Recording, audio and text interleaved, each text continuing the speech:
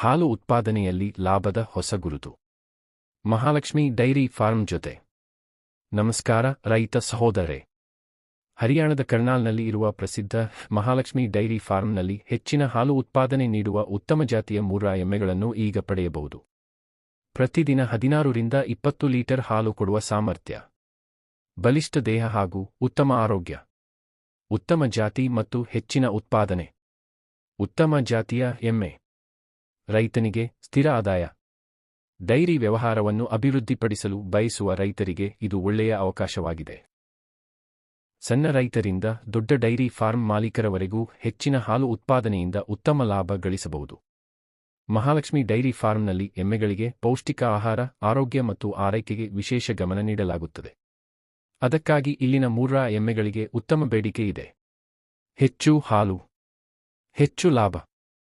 Mahalakshmi dairy farm ನಿಮ್ಮ ಜೊತೆ. ನೀವು ಕೂಡ ಉತ್ತಮ ಗುಣಮಟ್ಟದ ಮೂರ ಎಮ್ಮೆಗಳನ್ನು